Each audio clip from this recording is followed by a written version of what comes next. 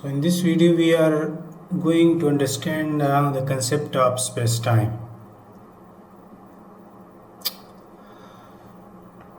So normally space is the three-dimensional XYZ space and time is one time. So if a body is moving in space-time, so they cover distances along the XYZ coordinate and the time is ticking, so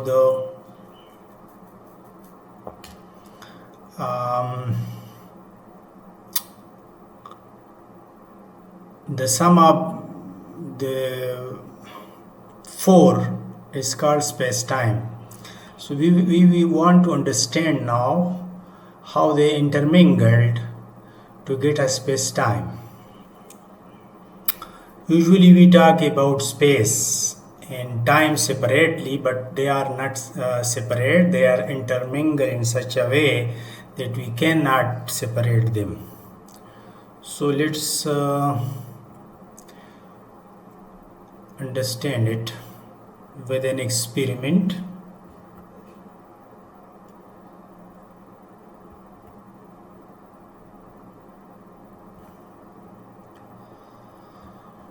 Okay, so we have, let's say, two observers.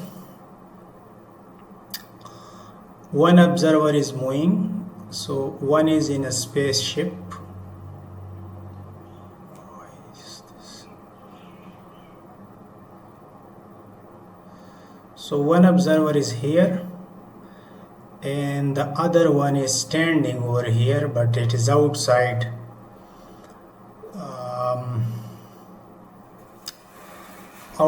the ship. This ship is moving in this direction with velocity v. After time t, the ship reach this okay, this is the same ship. So the ship reach this position. Now let's say at the starting of the motion, the observer inside the ship throw a ball upward toward the ceiling, and when it throw the ball up toward the ceiling, at that moment it simultaneously start motion in this direction. So reaching this position, the observation of the inside observer is that the ball reach the top straight away, but the outside observer observe that the ball following this path and reach the top. So we see a right angle triangle over here. So two observers are there. So I'm making an observer outside here. This observer says that the balls move on this path and reach the top of the spaceship, but the inside observer says that the ball start over here and straight away reach the ceiling of the ship. Now let's say that it is the photon that throw toward the ceiling.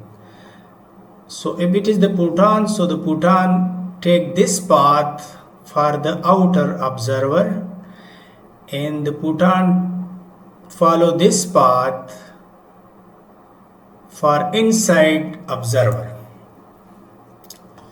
So let t dash is the time taken for the inside observer that the photon reach from the bottom to the top, to the ceiling, and t is the time taken by this photon reach on this part to the ceiling. That time is taken according to the watch of outside observer, and this t dash is the time taken for the inside observer. So this time is shown by the watch of the inside observer, and this time is shown by the watch outside observer.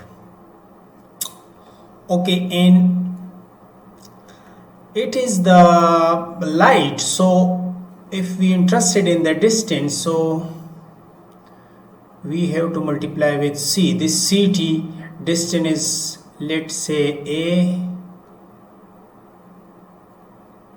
b, so ab distance is ct, and cb distance, take this another, let's take its d. So AB distance is c time t dash, so we will multiply over here with a c, and this distance in the space is x. Let is moving in the x direction. So if it is moving in the x direction, it start from 0 and reached to this distance, that is x. So using Pythagoras theorem, we can see that ct distance square is equal to x square plus ct dash square. This t dash time is called proper time, and this ct dash distance is called proper distance. Okay, so this proper distance is invariant, so we write this on this side,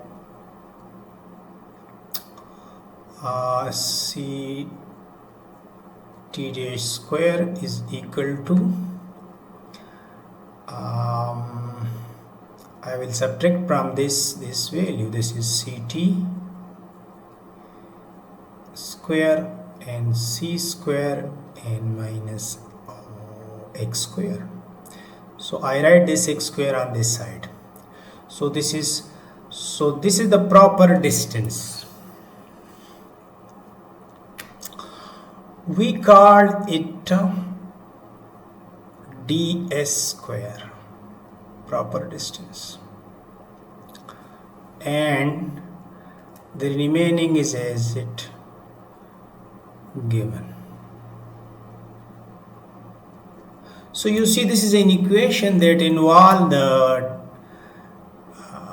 space and time. This is motion in the x direction, but generally the motion take place in three-dimensional space. So the full metric of the space-time will be ds square, c square, t square, and minus, instead of x square it will be x square, y square, and z square.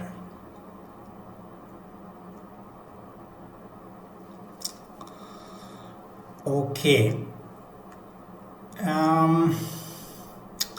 I write this is d and ds square, so we have to insert everywhere ds. What I mean that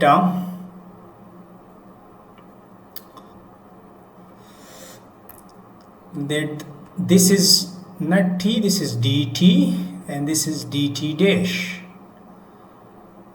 So inserting that here is, this is dt, and this is dt dash, and this is dx. So following the d notation,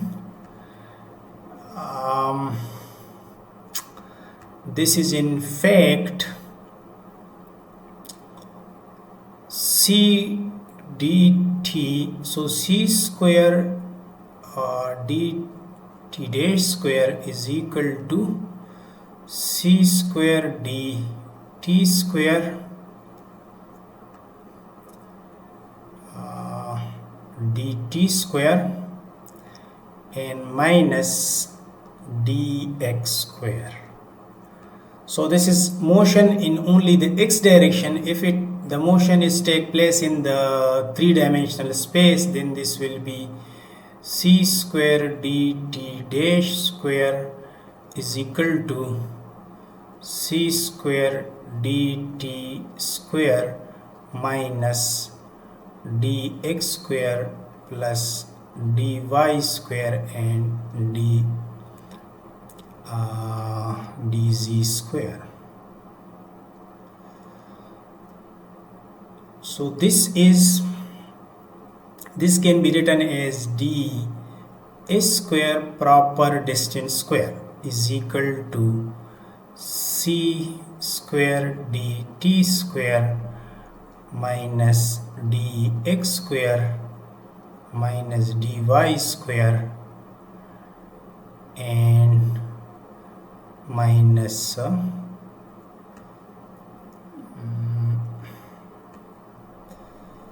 dz square. So this is the space-time metric. You see, to find proper distance, it is a combination of the time and space. That is why it is called space-time. So for proper distance, we need both time and space. So this is space-time. This is space-time, not space and time separate. This is space-time. So for proper distance, we need time as well as distance, time as well as space. So that is why we call space-time is an entity in which the time and space is intermingled in such a way that we cannot separate them. It is plate space-time without forces. No forces is involved in this metric. But for this sort of metric, we need this sort of experiment that one observer is still and the other is moving, and they both observing the same experiment. So the same experiment is observed by two observers, one outside and one inside, and from these two observation, the space-time take place this way. Now this is Minkowski space-time, flat space-time. So in this space-time, forces are not involved. This is independent of the forces. If the motion take place under gravity, then these coefficient will be not 1, 1 and c square. There will be some functional coefficients in general relativity. So this metric is, this space-time is the special relativity space-time. If there are motion under gravities, then this space-time will be d square. So here will be some function. So let's take it f of um, maybe let take for time being f of x, but it will be generally function of x, y and z. So let take only a function of x at the moment, c square dt square, and another function of x, dx square, minus another function h of x dy square and k of x dz square. So if forces are involved in the metric, the space-time will take this form, but this is not the most general. These function may be dependent on x, y and z. That will be the more general case of the space-time. So the space-time the space-time is necessary for the actual physics, because motion is observed by many observers. So let's say two observer per time being, one is the stationary and the other one is moving in the space, in the spaceship. So they observe the motion of a particle, and from that motion we can find out a space-time metric. And actually this is called space-time, and its actual name is Minkowski space-time. When gravities and forces involved, then the metric take this form, and this is not the general form. The function involved f, g, h and k may be dependent on all the coordinates and maybe on time. Okay, thank you.